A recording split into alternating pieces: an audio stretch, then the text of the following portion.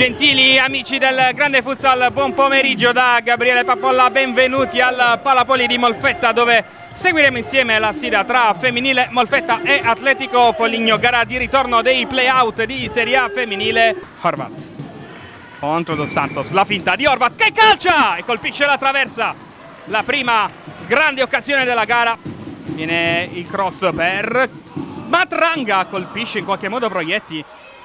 Aspetta, vicinissimo al gol del vantaggio Caballero da Torma.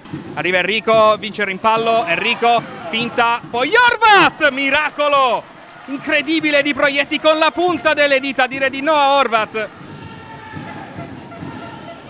Horvat va in pressione, ruba palla e porta in vantaggio al Molfetta. Stava per uscire Horvat, ha dato l'ultimo scatto di questo primo scampolo di gara ed è valso l'1-0 per il Molfetta. Vicky Horvat in porta e colpisce il secondo palo del suo pomeriggio con deviazione di Zelli. Alza la testa, va al lancio per Caballero, anticipata. Per poco non c'è l'autogol di Pezzolla, che brivido per il Foligno. Cerca Caballero e la trova. Poi Caballero la fa correre per Horvat! 2-0 Molfetta, l'asse Caballero Horvat per il raddoppio biancorosso. Determinante, poi Enrico, c'è solo Caballero, Enrico alza il pallone, Caballero. Grande uscita di Proietti. Il duro scontro della gara d'andata. Baldassari al volo, la palla che passa e Castagnoli da 1 metro non la mette in porta. Narcisi fuori, Baldassari sfrutta il blocco per calciare, palo interno. Narcisi anticipa tutti e calcia e trova un super gol. 2-1, il Foligno torna a -1 con Narcisi. Baldassari se la sposta sul mancino, eccolo, Baldassari, gran palla, Narcisi, palo di Narcisi.